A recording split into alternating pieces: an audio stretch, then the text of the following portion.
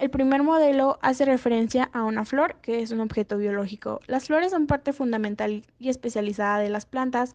Esto se debe a que son las encargadas de llevar a cabo su reproducción sexual, de la cual surgen las semillas que darán vida a las próximas plantas de su misma especie y así sucesivamente. La mayoría de las plantas producen flores y se denominan como espermatofitas.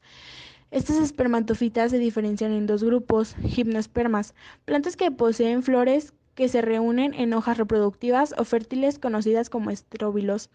Angiospermas son las plantas que poseen una flor típica que incluso pueden reproducir frutos como unas semillas. Son la planta más avanzada y predominante de la tierra. Ahora bien, las flores poseen una delicada estructura que inicia en el tallo de la planta y de ahí se desenvuelven las demás partes. Aunque existen miles de especies de flores, todas comparten partes que son indispensables para su crecimiento, polinización y reproducción. Pedúnculo. El pedúnculo es la última parte del tallo que sostiene la flor, que se ensancha o dilata en su extremo, dando forma al receptáculo. Es donde se insertan las hojas modificadas y especializadas de las flores encargadas de la reproducción. Receptáculo. Es la parte que le sigue al pedúnculo, ya que es su ensanchamiento y donde se asientan las hojas de la flor y el resto de sus partes. Perianto. Se denomina perianto a la envoltura floral, es decir, a las hojas que protegen y envuelven los órganos reproductores de la flor. En el perianto se encuentran los verticilos estériles de la flor, el cáliz y la corola. De esta manera protege los órganos reproductores de las flores que proceden del desarrollo. Una vez culminada esta etapa, el perianto toma un color llamativo para atraer a los animales polinizadores.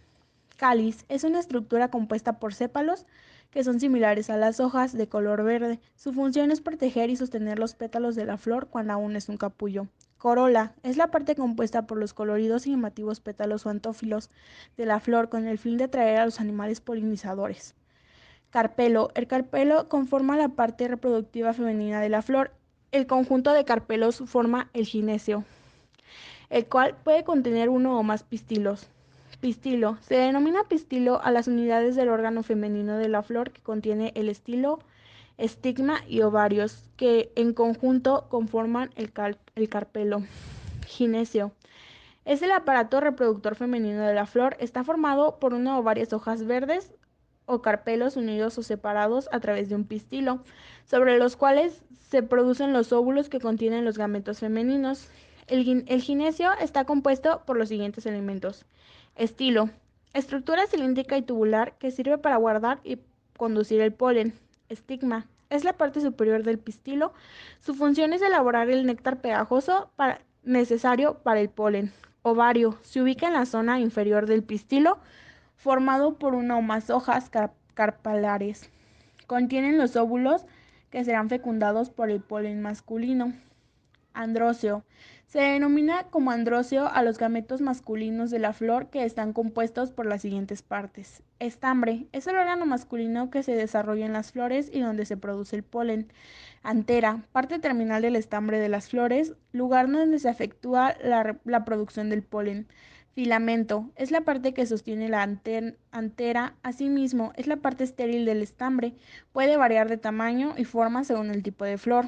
Tecas, es donde se encuentran los granos de polen. Pétalos. Los pétalos varían según el tipo de flor y sus colores, los cuales, además de atraer a los animales polinizadores, también atraen la mirada de las personas. Fotosíntesis, proceso químico. La fotosíntesis se lleva a cabo en el organelo de la planta conocida como cloroplasto. Los cloroplastos son una de las principales diferencias entre las células vegetales y animales. La fotosíntesis ocurre en dos etapas. Durante la primera etapa, la energía almacenada de la luz del sol es absorbida por el cloroplasto. Se usa agua y el oxígeno es producido durante esta parte del proceso. Durante la segunda etapa se usa dióxido de carbono y se produce glucosa. Los cloroplastos contienen pilas de tilacoides, que son sacos aplanados de membrana. La energía de la luz solar es absorbida por el pigmento clorofila en la membrana tilacoide. Hay dos partes separadas en un cloroplasto: el espacio interior del cloroplasto mismo y el espacio interior de los tilacoides. Los comportamientos al interior de los tilacoides son llamados espacio tilacoidal o lumen. Este es el sitio de la primera parte de la fotosíntesis. El espacio interior que rodea a los tilacoides está lleno de un fluido llamado estroma. Aquí es donde el dióxido de carbono es usado para producir glucosa, la segunda parte de la fotosíntesis. ¿Qué ocurre en la célula vegetal para iniciar la fotosíntesis? Los reactantes de la fotosíntesis son el dióxido de carbono y el agua. Estas son las moléculas necesarias para iniciar el proceso, pero un artículo más es necesario, y esa es la luz solar. Todos los tres componentes, dióxido de carbono, agua y la energía del sol, son necesarios para que ocurra la fotosíntesis. Estos tres componentes deben encontrarse en el cloroplasto de la célula de la hoja para que ocurra la fotosíntesis. ¿Cómo estos tres componentes llegan a las células de la hoja? La clorofila es el pigmento verde de las hojas que captura la energía del sol. Las moléculas de clorofila están ubicadas en las membranas tilacoides. Las venas en una planta llevan agua desde las raíces hasta las hojas. El dióxido de carbono entra en la hoja por el aire a través de entradas especiales llamados estomas. ¿Qué es producido por la planta durante la fotosíntesis? Los productos de la fotosíntesis son la glucosa y el oxígeno. Esto significa que son producidos al final de la fotosíntesis. La glucosa, la comida de las plantas, puede ser usada para almacenar energía en formas grandes. Moléculas de carbohidratos. La glucosa es una molécula de azúcar simple que se puede combinar con otras moléculas de glucosa para formar carbohidratos grandes como el almidón. El oxígeno es un producto desperdicio de la fotosíntesis. Es liberado a la atmósfera a través de los estomas. La reacción química general para la fotosíntesis es 6 moléculas de dióxido de carbono y 6 moléculas de agua con la adición de energía solar. Esto produce una molécula de glucosa y 6 moléculas de oxígeno. La fotosíntesis es una serie de reacciones químicas divididas en dos etapas, las reacciones lumínicas y el ciclo de Calvin. Reacciones lumínicas. La fotosíntesis inicia con las reacciones lumínicas. Es durante estas reacciones que la energía de la luz solar es absorbida por el pigmento clorofila en las membranas tilacoidales del cloroplasto. La energía es transferida temporalmente a dos moléculas, ATP y NADPH, que son usadas en la segunda etapa de fotosíntesis. ATP y NADPH son generadas por dos cadenas transportadoras de electrones. Durante las reacciones lumínicas, el agua es usada y el oxígeno es producido. Estas reacciones solo pueden ocurrir durante el día. El ciclo de Calvin.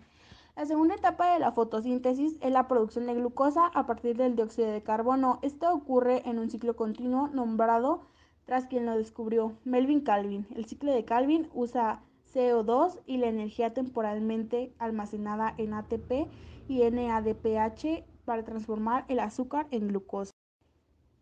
Energía solar. Concepto físico. La energía solar es una energía renovable obtenida a partir del aprovechamiento de la radiación electromagnética procedente del Sol. La radiación solar que alcanza la Tierra ha sido aprovechada por el ser humano desde la antigüedad mediante diferentes tecnologías que han ido evolucionando. Hoy en día el calor y la luz del Sol pueden aprovecharse por medio de diversos captadores, como células fotoeléctricas, heliostatos o colectores solares, pudiendo transformarse en energías eléctricas o térmicas. Es una de las llamadas energías renovables o energías limpias que podrían ayudar a resolver algunos de los actuales problemas más urgentes que afrontan los seres vivos. Las diferentes tecnologías solares pueden clasificar en pasivas o activas según cómo capturan, convierten y distribuyen la energía solar. Las tecnologías activas incluyen el uso de paneles fotovoltaicos y colectores similares térmicos para recolectar la energía. Entre las técnicas pasivas se encuentran diferentes técnicas enmarcadas en la arquitectura bioclimática, la orientación de los edificios al sol, la selección de materiales con una masa térmica favorable o que tengan propiedades para la dispersión de luz, así como el diseño de espacios mediante ventilación natural.